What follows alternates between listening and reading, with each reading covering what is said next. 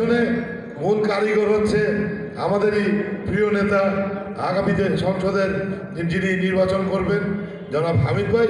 হামিদ ভাই সিটি কর্পোরেশনের উচ্চ পর্যায়ের কর্মকর্তাদেরকে চাপ দিয়ে বলে দিয়েছিলেন যে এই কাজটা করার জন্য, তারপর পুতুলা পাই গিয়েছে। ধন্যবাদ।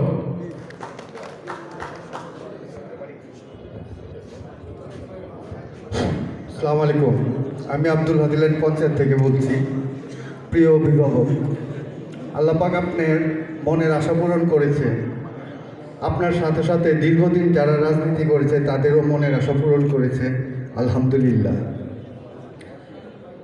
সমস্যার বইলা শেষ করা যাবে না।